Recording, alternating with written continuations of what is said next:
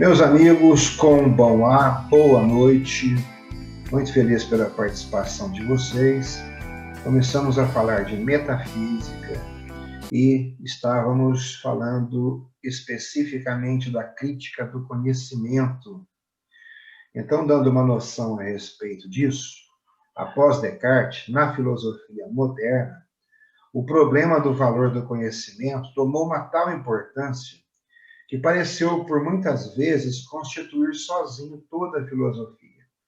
Tem uma época em que você pega os livros filosóficos de determinado período e todos eles praticamente tratam extensamente deste assunto. É claro que existe aí um excesso evidente.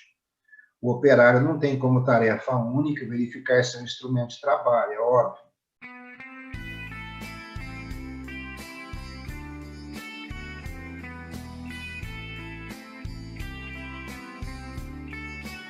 Mas também seria um excesso pior ainda contestar a legitimidade da questão de saber o que vale o nosso conhecimento.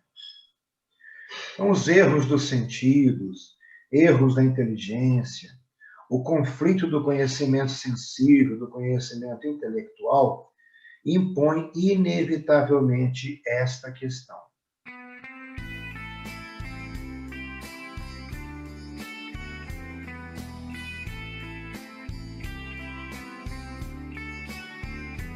E o problema crítico, ele pode ser dividido em duas partes. A questão que se apresenta de início é a de saber se somos capazes de conhecer a verdade. Trata-se depois de determinar que verdade somos capazes de conhecer.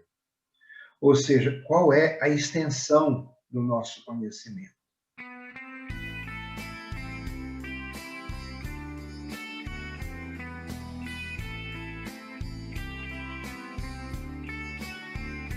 Nós já falamos um pouco sobre este assunto, mas a gente vai sempre voltar a assuntos que já vimos, até para refrescar a memória e trazê-los à tona.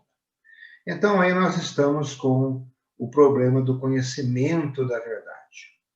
Então, quanto à questão de saber se somos capazes, em geral, de conhecer a verdade, há duas opiniões possíveis, uma negativa e outra afirmativa.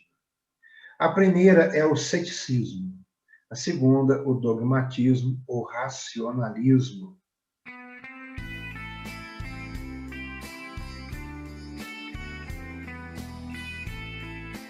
Veremos então o negativo aí no caso, que é o ceticismo.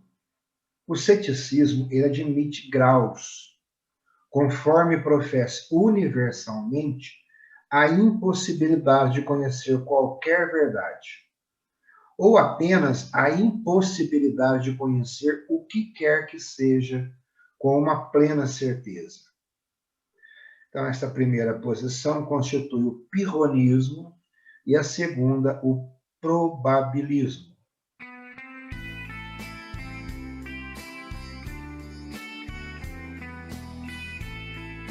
Então, quando nós falamos em pirronismo, a gente tem que lembrar que é um nome derivado de Pirro, que era um filósofo grego, que professava que o sábio não deve nada afirmar, uma vez que tudo é incerto.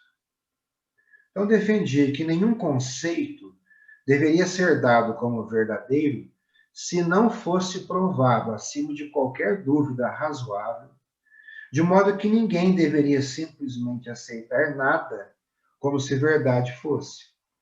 Mas ele concorda que, devido às aparências, as coisas nos aparecem de um modo ou de outro. E vai declarar, então, que não temos como jamais saber se as coisas são como aparecem.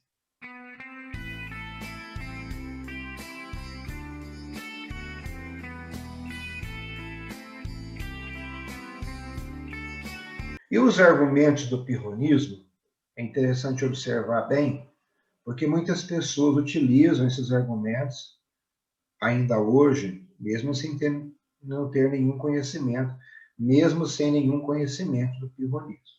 O primeiro argumento que se utiliza é o chamado erro dos sentidos. Então, aquele bastão que parece quebrado na água, aquela torre quadrada que de longe parece redonda, o sol que parece girar em torno da Terra, a água profunda que parece azul, a Terra que parece ser reta e não redonda, e mais uma série de exemplos impedem que a gente possa confiar nos sentidos, de onde provém todo o nosso saber. Nós poderíamos falar aqui durante muito tempo só sobre ilusão de ótica. É uma coisa muito interessante, então realmente você coloca em dúvida.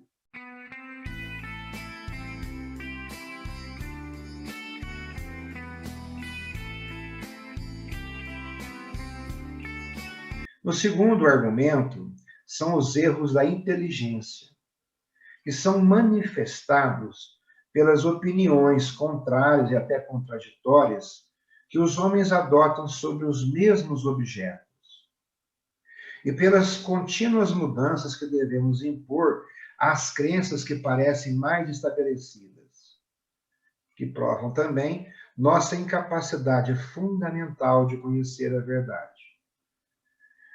Então, hoje, por exemplo, algo bem atual é aquilo. Houve um momento em que o ovo era vilão, ele matava, o vinho fazia muito mal, o chocolate também, a gordura, a banha de porco nem se fala, e mais uma série de exemplos aí que vocês devem estar lembrando. E hoje, no exato momento, está se afirmando justamente o contrário. Mas antes já se afirmava que depois de estudos, e agora também, depois de estudos, então pensando bem, talvez se encaixe aqui.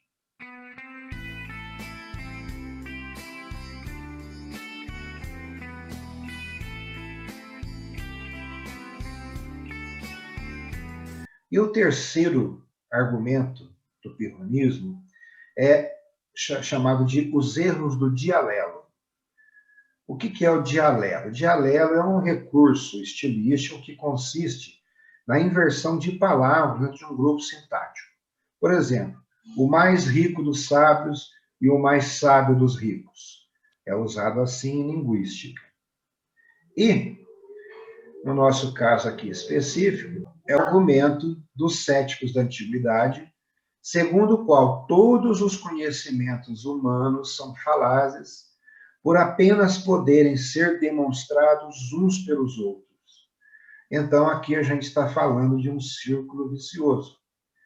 E dialelo é isso, do grego é um pelo outro. Então, o valor do nosso saber depende do valor de nossa inteligência. Mas não podemos conhecer o valor de nossa inteligência, uma vez que é pela inteligência que deveríamos estabelecer este valor.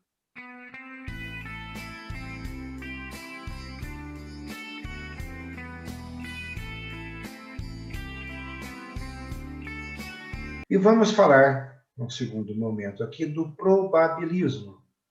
O probabilismo já é uma atenuação do ceticismo. Foi proposto pelos novos acadêmicos, até Cícero teve participação nisso, e consiste em afirmar que os argumentos céticos não provam que não possamos saber coisa alguma, mas apenas que não podemos jamais ultrapassar a probabilidade ou a opinião. Esta pode ser mais ou menos grande, sem jamais igualar a certeza propriamente dita.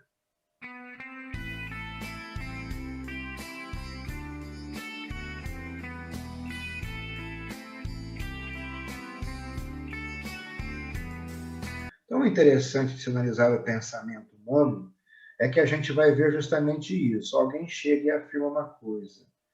Depois alguém vem e critica aquela alguma coisa, surge aí uma nova ideia que vai ser criticada e por aí vai. Então a gente percebe que sempre estamos naquela ideia de dialética. É bacana essa ideia sobre dialética, sobre o tempo todo a ciência está mudando de opinião, tá comprovando coisas contrárias. é uma forma de você ver que nada pode tender para o radicalismo, né?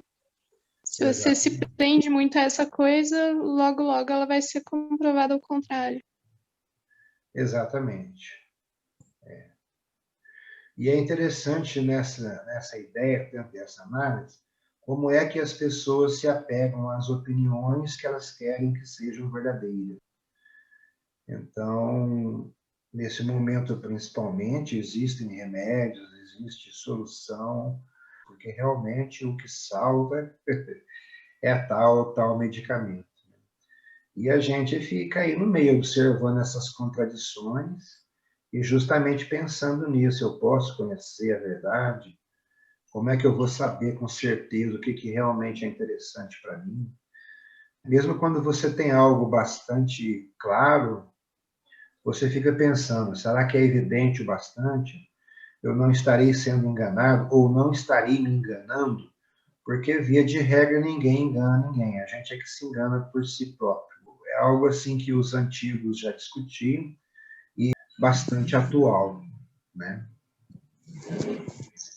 E eu até queria dar sequência e já fazer uma crítica ao que foi dito.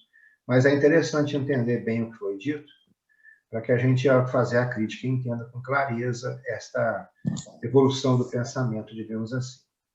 Lembrando que a evolução não é necessariamente para o aspecto verdadeiro nem para o aspecto positivo. Tá bom, pessoal?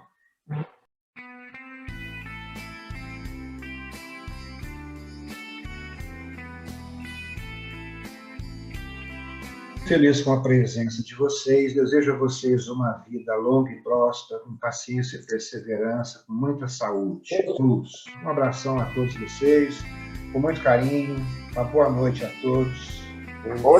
Tudo de bom. Boa noite. Bom descanso. Boa noite.